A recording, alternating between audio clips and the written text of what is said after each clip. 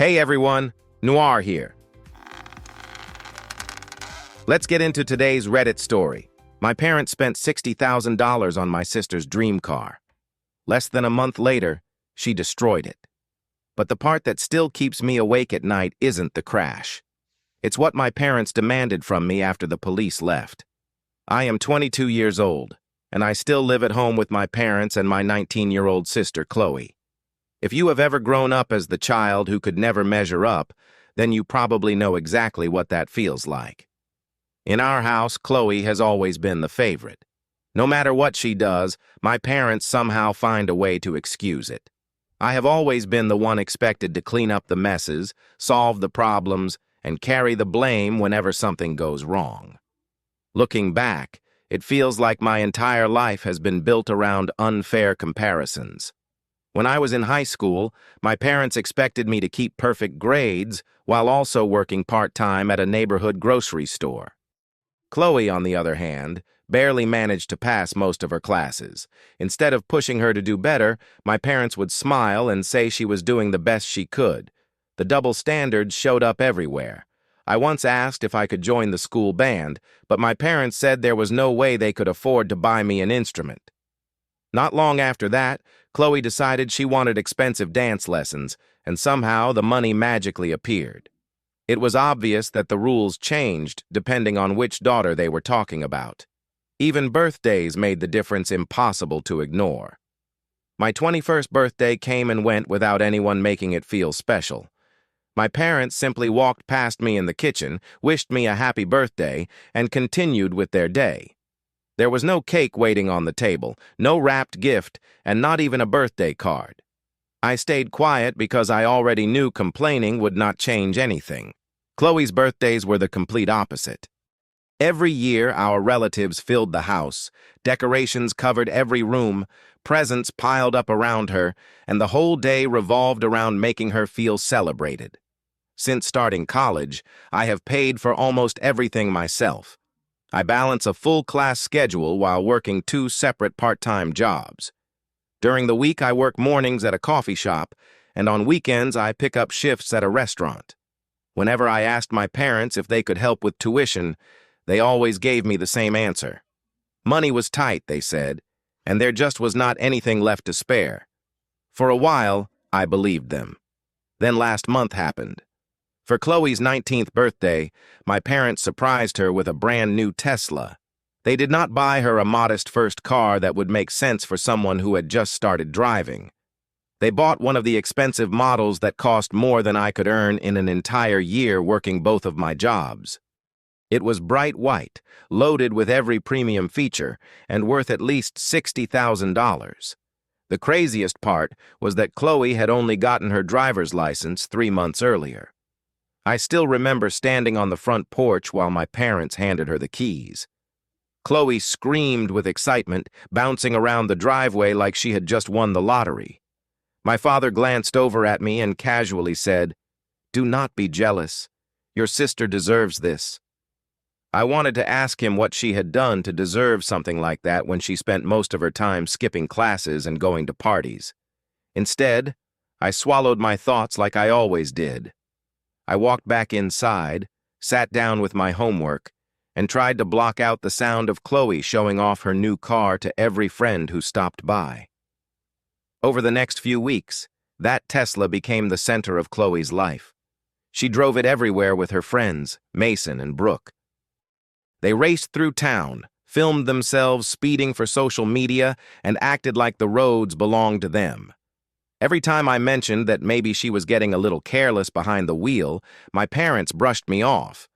According to them, I was only saying those things because I was jealous.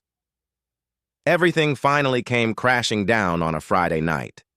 I was sitting in my room working on a paper for one of my business classes when I heard doors slamming downstairs and voices echoing through the house. At first, I ignored it because arguments were nothing unusual in our family. Chloe and my parents constantly fought over curfews, staying out too late, or whatever drama she had gotten herself into. Usually, everyone calmed down by the next morning. Then I heard my dad shouting my name and telling me to come downstairs immediately. The second I walked into the living room, I knew something terrible had happened. Chloe was standing completely still, her face drained of color. My mother was pacing back and forth with tears running down her cheeks. My father was speaking rapidly into his phone, sounding more panicked than I had ever heard him before. One of my mom's expensive designer lamps had been knocked onto the floor, and the entire room felt tense enough to stop breathing. I asked what was going on. My mom looked at me and explained that Chloe had wrecked the Tesla. She had taken the car out with Mason and Brooke because she wanted to show them how fast it could go. While they were driving on the highway near the mall, Chloe decided to push the car to its maximum speed. She lost control, swerved off the road, and slammed straight into a concrete barrier. Somehow, everyone walked away without serious injuries. The Tesla was not nearly as lucky. By the time the tow truck hauled it away, it had been reduced to a twisted pile of crushed white metal that barely looked like a car anymore. When the police arrived, Mason and Brooke proved exactly what kind of friends they really were. Instead of staying with Chloe, they took off running and left her alone to deal with everything. She admitted that she had been driving, and because no other vehicles were involved and nobody had been hurt, the officers completed their report and allowed her to return home. That should have been the end of it. Instead, it became the beginning of something even worse. As soon as my dad finished his phone call, he turned toward me and calmly told me that I needed to tell the police I had been the one driving the Tesla. For a second, I honestly thought I had misunderstood him. Then my mom stepped in and said Chloe was still just a kid. She insisted that having an accident on her record would destroy her future, and that I needed to help protect her. I stared at both of them, completely speechless. "What about my future?" I finally asked. "Why should I lie to the police?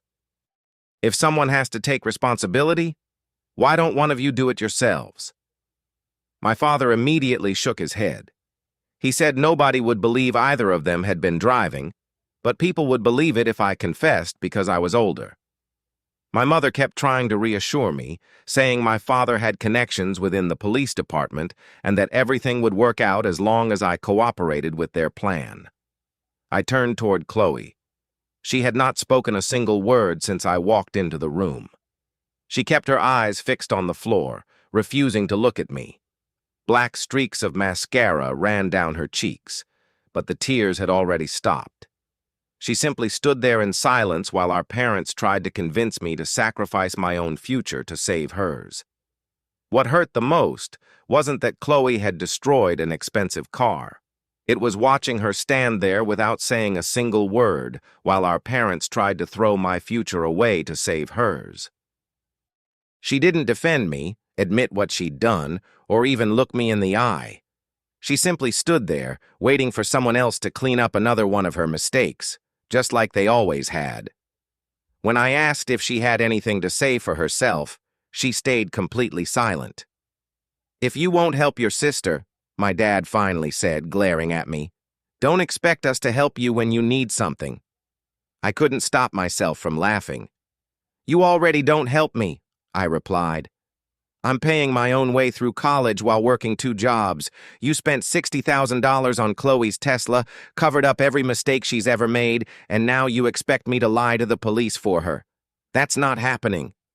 My mom immediately burst into tears. She kept saying we were family and that family should always stand together. My dad looked at me like I was the one betraying everyone, while Chloe never lifted her head. There was nothing left to discuss. I walked back to my room and let them deal with the mess they had created. The next few days were miserable. My parents barely spoke to me, and whenever they did, they called me selfish, disrespectful, and ungrateful. I could hear them whispering about me whenever they thought I wasn't listening. Chloe avoided me completely, spending most of her time locked in her room or over at Brooke's house. Meanwhile, my dad kept talking about using his connections to make the whole situation disappear. Honestly, none of it surprised me anymore. For years, I had watched them rescue Chloe from every bad decision she made. When she failed math, they hired expensive tutors. When she got caught sneaking out, they grounded her for 1 day and acted like nothing had happened. When she maxed out my mom's credit card shopping online, they quietly paid it off without saying a word. But asking me to lie to the police crossed a line I refused to cross. The following morning, around 10 o'clock, someone knocked on the front door. When I came downstairs, 2 police officers were standing in our living room. The second I saw them, I knew exactly what my dad had done. He had called them himself. Without hesitation, he started telling the officers that there had been a misunderstanding. According to him, I had been driving the Tesla when it crashed, panicked afterward, and left Chloe behind to take the blame. My mom sat beside him, quietly nodding as though his story was completely true. The officers turned to me and asked for my version of events. I stayed calm. I showed them my business class assignment with the submission timestamp proving I was home when the accident happened. Then I showed them the messages I'd been exchanging with my friend Dylan while I was working on the project. Finally, I offered to let them check my phone's location history, which clearly showed I had never left the house that night. One of the officers looked through everything and nodded. Then they turned back to my parents. They explained that they had already checked the security cameras near the crash site. The footage clearly showed Chloe behind the wheel. They had also spoken with Mason and Brooke earlier that morning, and both of them confirmed that Chloe had been driving. The color disappeared from my dad's face.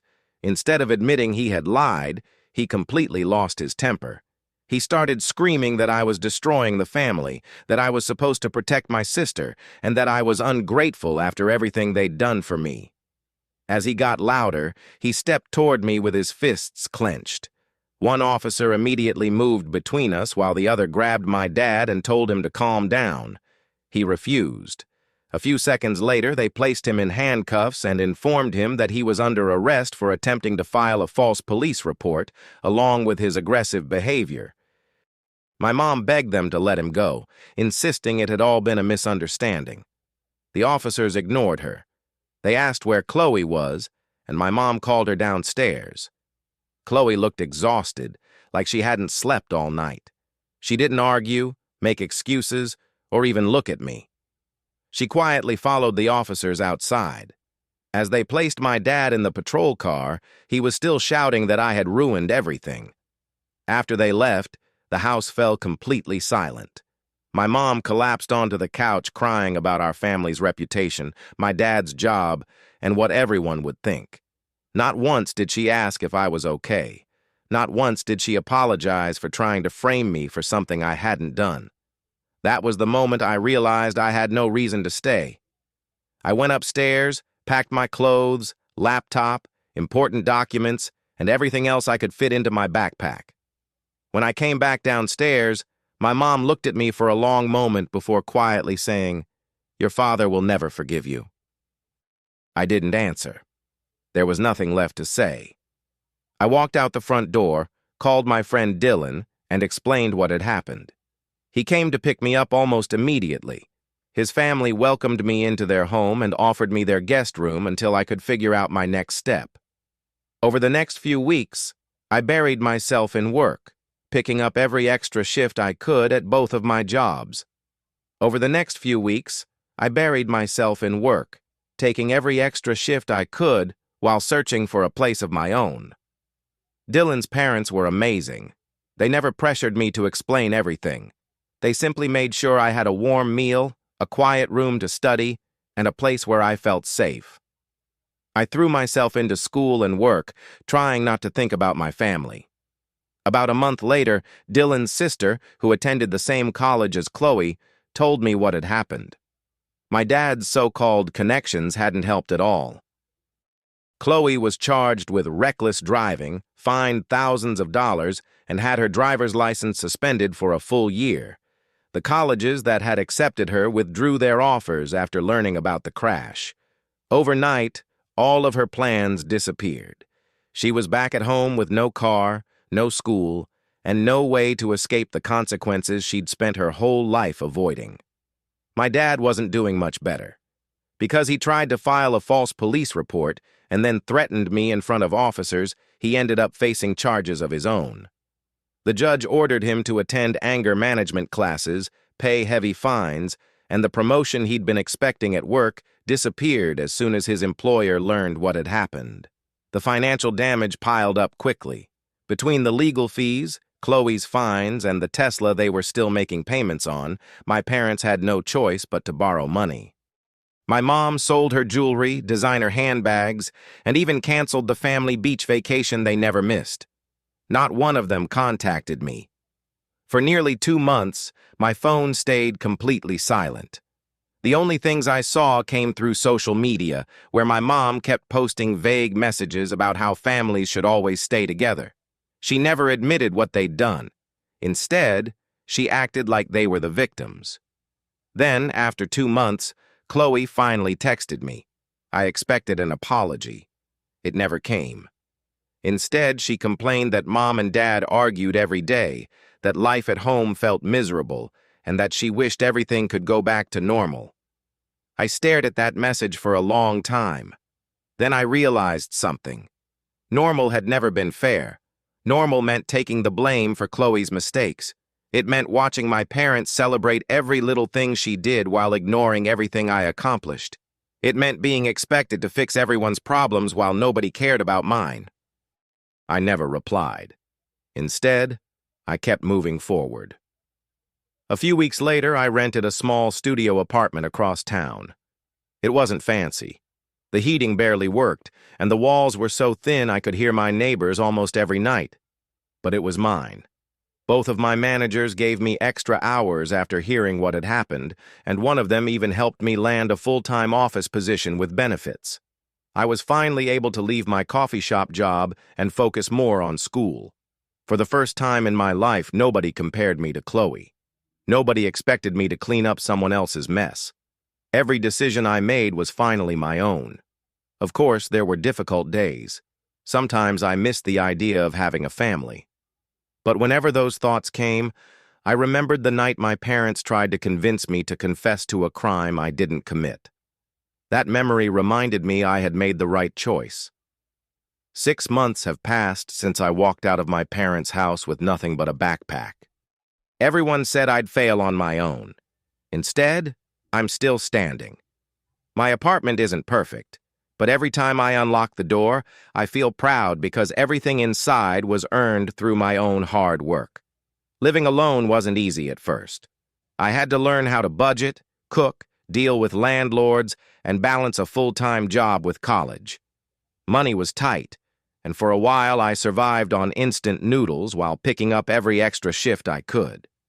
Little by little, though, things got better. Without the constant stress and drama at home, my grades improved, and work became easier to manage. Around 3 months after I moved out, one of my old neighbors reached out with more news. My parents had sold their car and even my mom's wedding ring to keep up with the growing debt. My dad had been demoted at work after the incident, and Chloe couldn't afford to start community college because there wasn't enough money left. Despite all of that, my dad kept telling people I had destroyed the family by refusing to take one for the team. Some relatives believed him.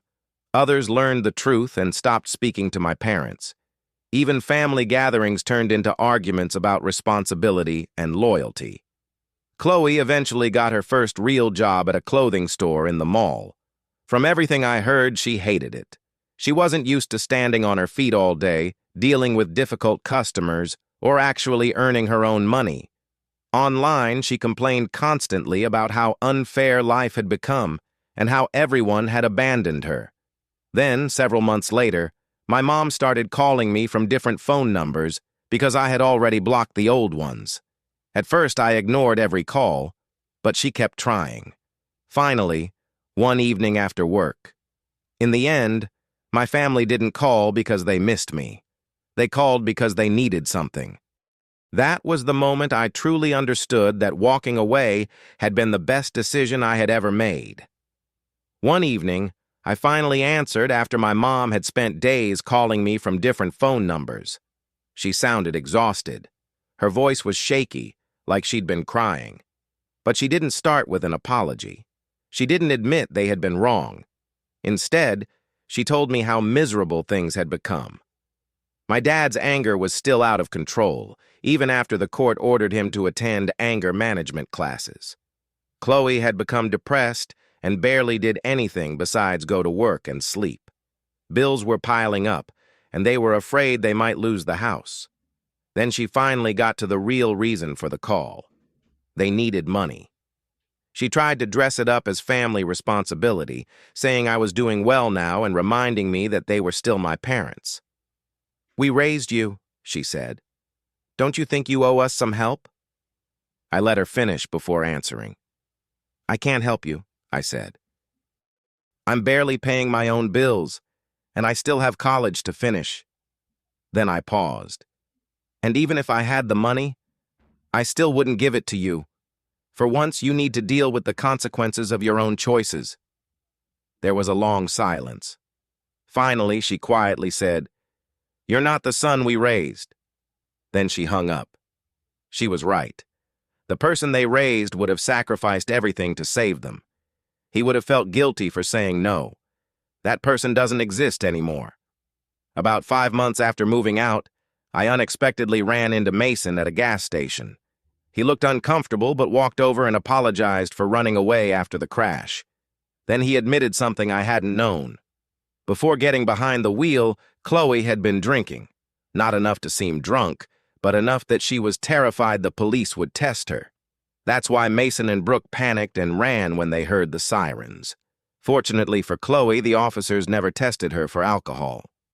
Mason told me he had felt guilty ever since for leaving her there, but he had been scared of getting into trouble himself. Honestly, the confession didn't shock me. It just confirmed what I had already suspected. A week later, I got my midterm grades, straight A's and B's. To celebrate, I treated myself to a real dinner instead of my usual cheap takeout. While I was eating, my phone buzzed. It was a message from Chloe. She had heard about my grades through a mutual friend and wanted to tell me she was proud of me. It was probably the kindest thing she'd said to me in years. Then she added that she missed me and wished I would come home. Home. That word doesn't mean the same thing anymore. My tiny studio apartment, with its noisy neighbors and unreliable plumbing, feels more like home than my parents' house ever did. Life has slowly become something I actually enjoy. I've made friends at work who know nothing about my family. To them, I'm not the responsible older brother or the family disappointment. I'm just me. I also joined a study group at college, and twice a week we meet at the library. It's nice being around people who work hard because they want a better future. Every now and then, I still think about my family. I wonder if my dad is still angry. If my mom still worries more about what people think than about what actually happened. If Chloe has finally learned that actions have consequences. Part of me hopes they're doing better. Another part knows it isn't my responsibility anymore. Just yesterday, I received an invitation to my cousin's wedding. Someone had given my relatives my new address. I stared at that invitation for a long time. If I go, I'll see my parents and Chloe again for the first time since I left. Maybe they'll apologize. Maybe they'll pretend nothing ever happened. Or maybe nothing will have changed at all. I still haven't decided whether I'll attend. But if I do, it won't be because I need their approval. It will be because I want them to see that I built a good life without sacrificing myself for theirs. Right now, I'm focused on the future. I'm saving for a better apartment with reliable heat and quieter neighbors. My boss has already hinted that a promotion could be waiting for me next year if I keep working hard. If everything goes according to plan, I might even graduate early. It's strange. Walking away from my family was the hardest decision I have ever made. It also became the best one. For the first time in my life, I don't have to carry everyone else's mistakes. I don't have to earn love by fixing other people's problems. I simply get to live my own life, make my own choices, and accept the consequences that belong to me. And that kind of peace is worth far more than loyalty that only ever flows in one direction.